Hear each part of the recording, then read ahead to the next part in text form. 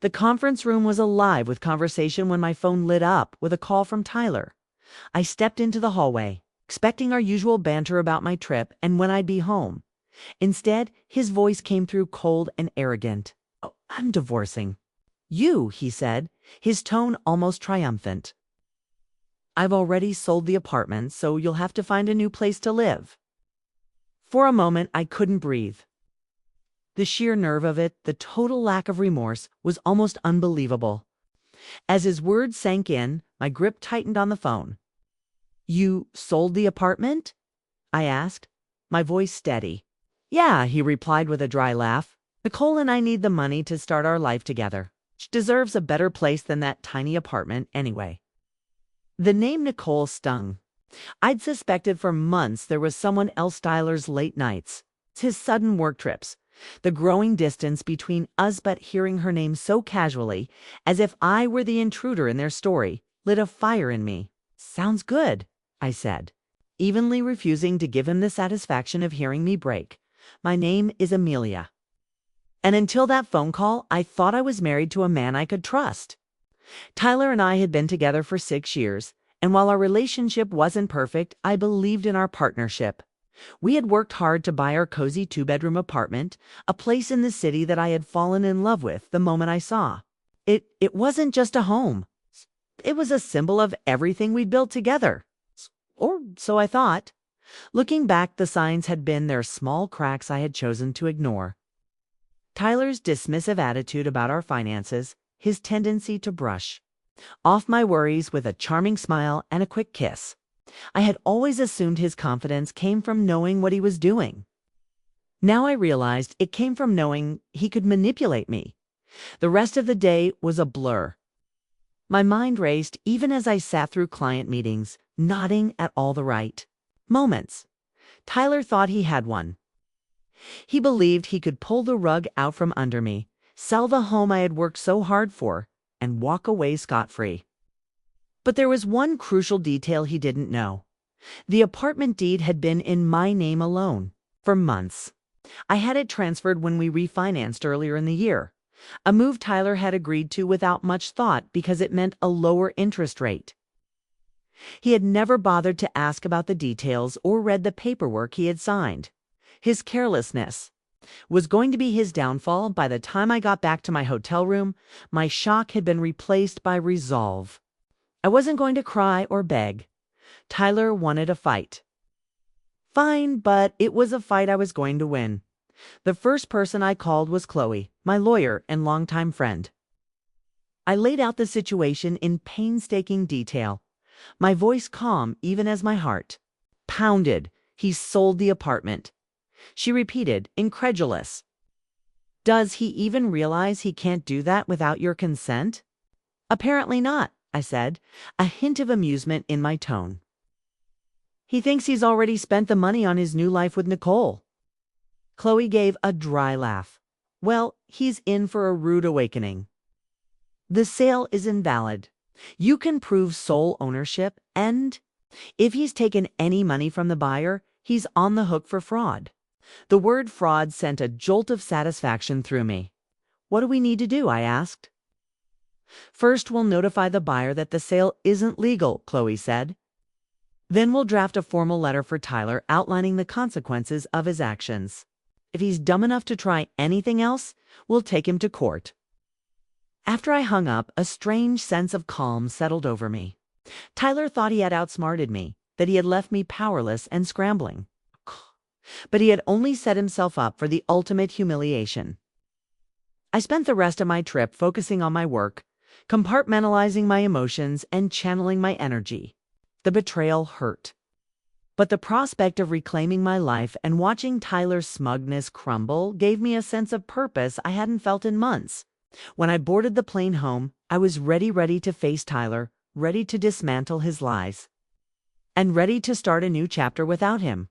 This wasn't just about winning, it was about taking back control. The flight home gave me hours to think about how everything had unraveled. Tyler's arrogance was astounding. He hadn't even tried to hide his betrayal, as if I were just another obstacle to bulldoze on his path to freedom. But instead of spiraling into anger, I focused on what I would do when I returned. Tyler thought I was powerless, but he didn't realize I'd been playing the long game without even knowing it. As the plane touched down, my first call was to Chloe. "I'm back," I said as I hauled my suitcase off the luggage carousel. "What's the next step?" "We've already notified the buyer," she replied, her tone brisk and efficient. They were shocked, to say the least, and not too happy with Tyler. They're willing to cooperate, which helps our case. And Tyler, I asked. "I sent the formal letter to his email this morning," she said. "It outlines the illegality of the sale, your sole ownership of the apartment, and the potential consequences of fraud. He hasn't responded yet, but if I had to guess, he's going to be furious." Good, I thought. Let him stew. When I arrived home, the apartment was eerily quiet. Tyler's things were still there, his jackets draped over a chair, his shoes carelessly tossed by the doorbutt. The place felt different, like the energy had shifted. I took a deep breath and set my suitcase down, knowing the confrontation was coming soon. Sure enough, Tyler came storming in that evening, his face red with anger, and his phone clutched in his hand. "What the hell is this?" he shouted, waving the letter Chloe had sent. "You're telling me I can't sell the apartment? It's half mine." "No, Tyler," I said calmly, crossing my arms. "It's not. The deed has been in my name for months. You can't sell something you don't own." He froze, his face a mixture of confusion and rage. "What are you talking about?" I grabbed the deed from the file I'd pulled earlier and held it up for him to see. "After we refinanced, I had the deed transferred to my name. You signed off on it, remember? Or did you just skim the paperwork like you always do?" For a moment, he said nothing. Then his expression twisted into a sneer. "You think you're so smart, don't you? It doesn't change anything. I already made a deal, and you're going to look like a fool when it all falls apart." I stared at him, unblinking. "The sale is already void, Tyler. The buyer knows it, and they're ready to take legal action if you don't return the money. And speaking of money," I took a step closer, lowering my voice. "If you've spent a single cent of that deposit, you're in even bigger trouble." For the first time, Tyler's confidence wavered. "You don't know what you're talking about," he muttered, avoiding my gaze. "Oh, I know exactly what I'm talking about," I said, my voice steady. "You've spent years treating me like I'm too naive to notice what you're doing. But guess what, Tyler? I've been paying attention, and now you're going to deal with the consequences." Started pacing, his frustration mounting. "This is ridiculous. You're blowing everything out of proportion. You can't just kick me out of here." I raised an eyebrow. "Actually, I can. This apartment is legally mine. If you can stay here for now, but only because I'm giving you the courtesy of time to figure out your next move. But let me be clear, I'm not going anywhere." Over the next few days, Tyler's anger turned into desperation. He called me repeatedly, leaving frantic voicemails that alternated between begging and threatening. Meanwhile, Chloe worked behind the scenes to ensure every loose end was tied up. The buyer rescinded the agreement, furious at Tyler for wasting their time and money, and Chloe drafted the preliminary paperwork for the divorce proceedings. "You're in a good position, Amelia," she told me during one of our meetings. "Tyler has no leverage here. Between the voided sale and the fraud charges hanging over his head, he'll have to cooperate if he wants to avoid a bigger mess." Her words were a relief, but they also reminded me just how much I had allowed Tyler to control my life. For years, I'd ignored his dismissiveness and arrogance, telling myself it wasn't worth the fight. But now I saw how much I had been giving up, and I was determined to take it all back. Lauren, my best friend, came over one evening to help me reorganize the apartment. We boxed up Tyler's things, carefully stacking them in a corner of the living room. "How's he taking all this?" she asked, holding up one of his gym ties with a smirk. "Not well," I said, laughing despite myself. "He's still convinced he can talk his way out of it, but I'm not budging." "Good," she said, tossing the tie into the box. "He doesn't deserve a single bit of your space or your time." I nodded, feeling a wave of gratitude for her support. For so long, I had felt alone in my marriage, carrying the emotional and financial burden while Tyler took credit for everything. But now I had people in my corner, and that made all the difference. The final piece of my plan fell into place the day Tyler brought Nicole to the apartment. I was sitting at the dining table reviewing some paperwork when they walked in like they owned the place. Nicole looked around with a smug smile, her arm looped through Tyler's. "Oh, so this is where we're staying?" she said, her voice dripping with entitlement. I stood up, my heart pounding but my resolve unshaken. "No," I said firmly. "This is where Tyler was staying. You, Nicole, won't be staying here at all." Her smile faltered and she glanced at Tyler, who looked equally stunned. "Is this?" he demanded. "This," I said, gesturing to the apartment around me, "is my home. Not yours, not hers, and certainly not a hotel for you to shack up in after stabbing me in the back." Nicole's expression turned icy, but she said nothing. Tyler, on the other hand, looked like he was about to explode. "Can't do this," he shouted. "You're being unreasonable." I met his gaze unflinching.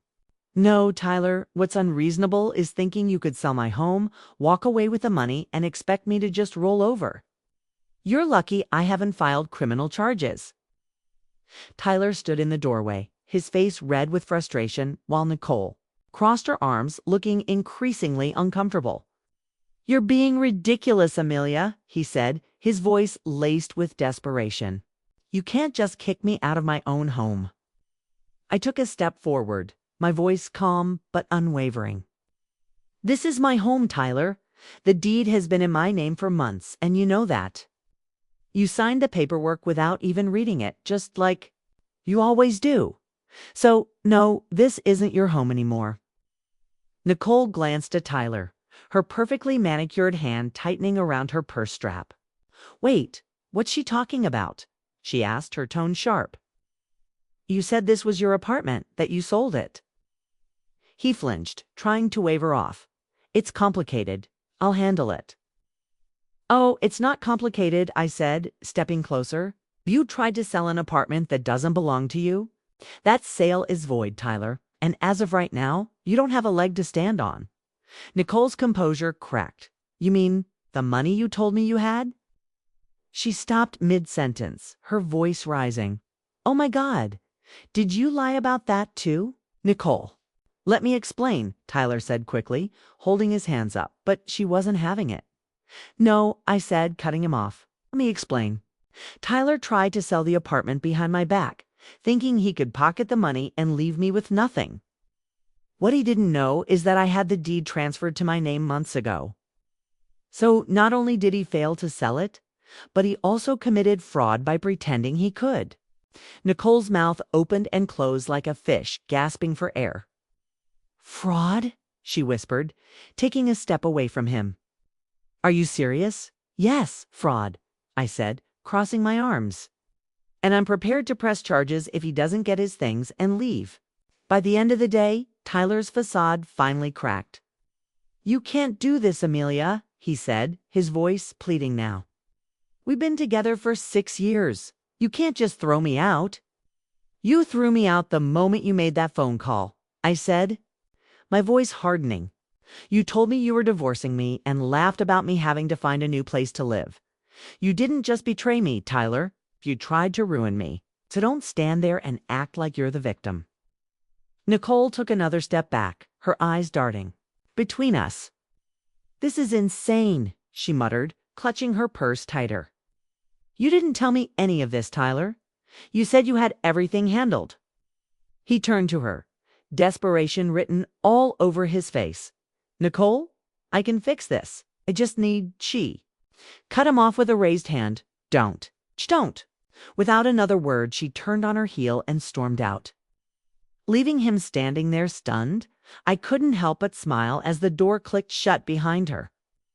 "Looks like you're on your own," I said, turning back to Tyler. "Now, let's talk about what happens next." He slumped onto the couch, burying his face in his hands. "Amelia, Please. I screwed up. I know that. But you don't have to do this. You're right, I said, grabbing a folder from the kitchen counter and setting it on the coffee table in front of him.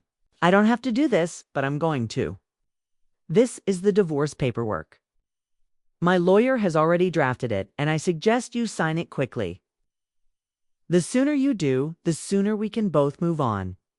He stared at the folder, his face pale. You really hate me that much? Hate you? I let out a bitter laugh. No, Tyler, I don't hate you. I feel sorry for you. You had everything, someone who loved you. A home we built together, and you threw it all away because you couldn't see past your own ego. I stood, my heart pounding, but my resolve unshaken. I want you out of here by the end of the day. Take your things and figure out where you're going to stay. This is the last time I'm giving you any grace. He opened his mouth to argue, but stopped, his shoulders slumping in defeat. Fine, he muttered. I'll go. Good, I said, walking toward the door, and don't even think about trying anything else. Chloe's already handling everything, and the next time you cross a line, I won't hesitate to let the courts handle it. As I opened the door, Tyler slowly stood, grabbing his coat. He didn't look at me as he walked out, his footsteps heavy with defeat. For a moment, I felt a pang of sadness, not for him, but for the life we could have had if he had been the man I thought he was. But that moment passed quickly, replaced by a sense of relief. I closed the door behind him, locking it. With the new key I had made, this was my home now, and no one, especially not Tyler, would take it away from me again. The silence in the apartment after Tyler left was deafening. For the first time in years, I felt like I could finally breathe. The space no longer felt heavy, with his presence, his entitlement, or his lies. It was just me, the home I'd built, and the quiet realization that I had won not just against him, but against every doubt I'd ever had about standing up for myself. I stood in the middle of the living room, taking in the emptiness where his things had been. His oversized gaming chair, the framed jerseys that had cluttered the walls, and the gaudy coffee table he had insisted on keeping were all gone. The apartment looked cleaner, brighter, like it was mine again. Lauren came by that evening with takeout and a bottle of wine. Is he really gone? She asked, plopping down on the couch with a dramatic sigh. Gone and not coming back, I said, pouring 2 glasses of wine. I gave him until the end of the day to pack his things. He didn't argue. Lauren raised her glass. 2 fresh starts and well-deserved victories. I clinked my glass against hers, feeling the weight of the past week slowly lifting, to never letting someone walk all over me again. Over the next few days, I began to reclaim the apartment piece by piece. I rearranged the furniture, moved my favorite artwork into the living room, and filled the space with things that made me happy. It wasn't just about redecorating. It was about turning the apartment into a reflection of who I was. Not the person Tyler had tried to make me. Chloe called with updates on the legal proceedings. Her voice filled with the kind of confidence that made me feel invincible. The fraud charges are off the table since the buyer decided not to pursue them, she explained. But the divorce paperwork is moving along smoothly. Once Tyler signs, you'll be officially free. Hearing the word free made my chest tighten. It wasn't just about the divorce. It was about everything I had been carrying for years. The resentment, the self-doubt, the feeling of being trapped in a marriage that didn't value me. It was all finally being lifted. Tyler tried to reach out. A few times. His messages ranged from half-hearted apologies to pathetic attempts to guilt me into reconciling. I made a mistake. One read. Can we at least talk about this? Other was more desperate. You're going to ruin me, Amelia. Is that what you want? I didn't reply. For once, I wasn't going to waste my energy trying to fix something that was broken beyond repair. He had made his choices, and now he was dealing with the consequences by the end of the week. The apartment felt like a completely new space swarm, inviting, and entirely mine. As I sat on the couch with a cup of tea, the city lights twinkling outside the window, I thought about everything that had happened. Tyler's betrayal had been a shock, but it had also been a wake-up call. For too long, I had let myself believe that I didn't deserve better, that I had to settle for whatever scraps of respect and love he decided to throw my way. But now I knew better. I wasn't just reclaiming my apartment. I was reclaiming my life. A month later, my life looked completely different. The apartment was unrecognizable, not because of any drastic renovation, but because of how it felt. It was a space that reflected me, my tastes, my personality, and my newfound independence. The absence of Tyler's clutter and his overbearing presence made the home feel lighter, freer. The divorce was moving along smoothly. Chloe had handled everything with precision, ensuring Tyler had no room to argue or complicate the process. He signed the papers without much fuss, likely realizing that he had no leverage. There was no grand showdown, no emotional plea to work things out, just a cold, clean break that felt both bittersweet and deeply satisfying. One day, as I sorted through some old papers, I came across a photo of Tyler and me from our early years.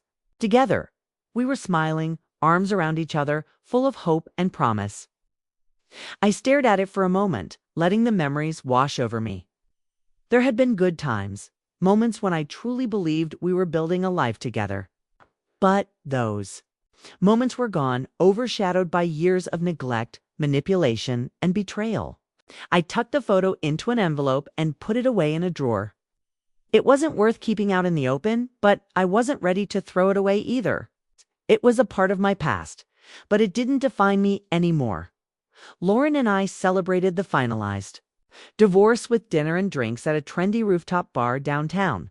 "You're glowing," she said, raising her cocktail in a toast. "Single life suits you." I laughed, feeling a warmth I hadn't felt in years. "It's not the single life," I said. "It's the freedom. For the first time, I don't feel like I'm living under someone else's rules." We toasted to that, and as the night went on, I felt a growing sense of pride in myself. I had faced one of the hardest moments of my life and come out stronger. I wasn't just surviving. I was thriving. Back at home, I started planning for the future. The apartment had become more than a refuge. It was a symbol of everything I'd reclaimed. But I knew I wouldn't stay there forever. Someday, I would move to a new place, one without any lingering shadows of my life with Tyler. Until then, I was determined to make the most of every moment in the space I had fought so hard to keep. As I curled up on the couch that night, the sense of peace washed over me. I thought about how Tyler had laughed during that phone call, so certain that he had one, and I couldn't help but smile. His arrogance had been his downfall, and my quiet strength had been my salvation. This wasn't just the end of a marriage. It was the beginning of a new chapter, one where I called the shots, one where I chose happiness on my own terms. And after a long time, I felt truly free.